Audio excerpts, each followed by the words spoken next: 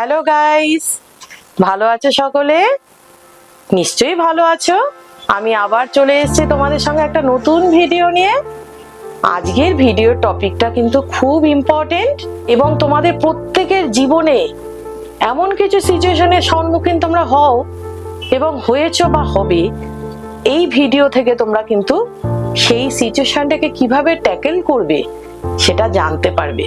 আচ্ছা বন্ধু, তোমরা প্রত্যেকে তো নিজেদের জীবনে বিভিন্ন জায়গায় অপমানিত হয়েছো, তাই তো? এটা কেউ বলতে পারবে না যে আমি অপমানিত হইনি। অপমানিত হওয়াটা খুব কষ্টের এবং তার থেকে আমাদের মধ্যে কি হয়, প্রতিহিংসার জন্ম নেয়, তাই তো? তো এই অপমানিত হলে আমরা কি করব, সেটা হলো আমার ভিডিওর আজকে প্রথম টপিক। কিন্তু তার আগে আমরা একটু আলোচনা করে নেব, এই অপমানিত হওয়ার সিচুয়েশনটাকে যদি এড়িয়ে যেতে পারি তাহলে তো অপমানিত হওয়ার ব্যাপারটাই আসে না।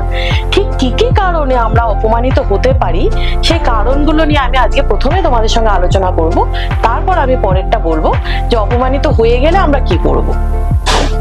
প্রথমত দেখো, তুমি একজন বন্ধুর সাথে কথা বলছো, বিশেষ করে ধরো সেই বন্ধুটার সঙ্গে তুমি একটা মানুষকে নিয়ে আলোচনা করছো। সেই মানুষটার সম্পর্কে তোমার কাছে একটা ধারণা রয়েছে, তোমার বন্ধুর কাছে একটা ধারণা রয়েছে, তাই তো? মানে ইনফরমেশন।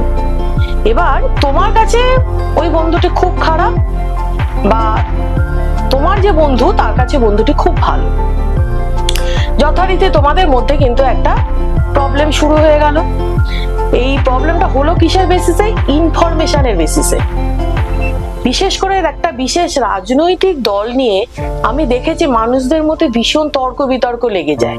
মানে বিশেষ একটা রাজনৈতিক দল সম্পর্কে আমার মধ্যে একটা ইনফরমেশন আছে, তোমার মধ্যে একটা ইনফরমেশন আছে। আমরা যখন এই রাজনৈতিক দল নিয়ে আলোচনায় বসি না, তখন আমি কি করি, আমার ইনফরমেশন গুলো সঠিক এটা প্রমাণ করার জন্য আমি লেগে থাকি। আর তুমি কি করো, তোমার ইনফরমেশন গুলো সঠিক সেটার জন্য তুমি লেগে পড়ো, কি তাই তো? যেভাবেই হোক প্রমাণ করতেই হবে যে আমার ইনফরমেশন গুলো ঠিক এবং তোমারটা ভুল। ঠিক একই কাজটা তুমিও করো। যথারীতি কি শুরু হলো? কনফ্লিক্ট শুরু হলো। তাহলে প্রথমে কি হলো? ইনফরমেশন, তারপরে কনফ্লিক্ট। এবার কনফ্লিক্ট হওয়া মানে তুমি যেভাবেই হোক নিজেকে ঠিক প্রমাণ করার চেষ্টা করছো, আমিও হাঁটতে শিখিনি, আমিও যেভাবে হোক নিজেকে ঠিক প্রমাণ করার চেষ্টা করছি। ভুলে গেছি আমরা দুজনে বন্ধু। এটাই হচ্ছে সব থেকে বড় ভুল। আমরা কিন্তু তখন দুজনেই ভুলে গেছি, তখন আমাদের মধ্যে একটাই ব্যাপার যে আমি ঠিক তুই ভুল, বা তুই ঠিক আমি ভুল। হলো, কনফ্লিক্ট শুরু হলো। এবার কনফ্লিক্ট থেকে যেটা হয়, দুজনের নেচার তো সমান হয় না। একজন একটু ডমিনেটিং বেশি হয়, একজন আরেকজনকে ডমিনেট করতে শুরু করে। সে তখন যে ডমিনেটিং পাওয়ারটা যার বেশি, সে ডমিনেট করতে করতে তোমাকে অপমান করে ফেলে। যে বন্ধু ডমিনেটিং পাওয়ার বেশি সে অন্যজনকে অপমানিত বিভিন্ন ভাষা, তখন দেখা গেল মূল ওই রাজনৈতিক দলের ব্যাপারটা কিন্তু সরে গেল, তখন অন্য কথা দিয়ে তোমাকে অপমানিত করে তোমাকে সাপ্রেস করার চেষ্টা করলো, যেভাবে তুমি অপমানিতটা হয়ে গেলে। তাহলে একটা মানুষ যে সিচুয়েশনে অপমানিত হয় তার আগে তিনটে স্টেজ থাকে বন্ধু। একটা হচ্ছে ইনফরমেশন, 2 নম্বর হচ্ছে কনফ্লিক্ট, 3 নম্বর হচ্ছে ডমিনেশন। হয়ে গেল, তুমি অপমানিত হয়ে গেল।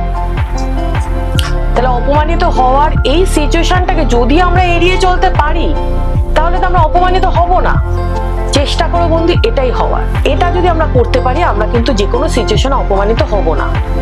এবার যেটা হয়, যে কোনো সম্পর্কে ধরো তোমার সাথে একজনের খুব ভালো রিলেশন, সে কন্টিনিউ বলছে তোমার দ্বারা এটা হবে না, তুই এটা পারবি না, বা তুমি এটা পারবে না, তোমার মধ্যে সেই পাওয়ারটা নেই।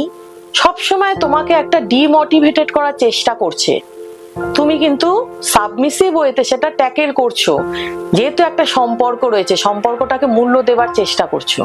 তুমি সবসময় সেটা মেনে নিচ্ছ, ঠিক আছে ও বলছে, হয়তো আমি পারছি না। এই করতে করতে কি হয় বন্ধু, ওর কথাটা কিন্তু আস্তে আস্তে তোমার মনে গেঁথে যায়। তখন তোমার নিজের যে সেলফ কনফিডেন্স এটা এতটাই নিচে নেমে যায়, তুমি যে কাজই করো সেটাতে ভুল করে বসো এবং তোমার মনে হয় যে আমি তো পারবো না, ও তো বলেই দিয়েছিল আমার দ্বারা সম্ভব নয়। তাহলে কি হলো? আলটিমেটলি তুমি কিন্তু নিজেকে ডাউন করে ফেললে। কি তাই তো বন্ধু? ও যেটা তোমাকে দিনের পর দিন ডিমোটিভেটেড করছে, তুমি কিন্তু এর জন্য নিজেকে নিজের ক্ষতি করলে। সুতরাং এটা কিন্তু মেনে নেওয়া যাবে না বন্ধু। তোমাকে কি করতে হবে?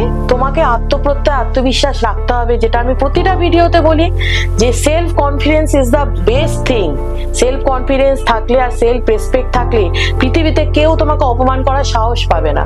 তোমাকে যখন এরকম বলছে না, একটা সম্পর্ককে মূল্য দেওয়ার জন্য তুমি সেটা দিনের পর দিন মেনে নিচ্ছ, কারণ একটা সময় গিয়ে তোমার ভয়েসটাকে কিন্তু রেইজ করতে হবে।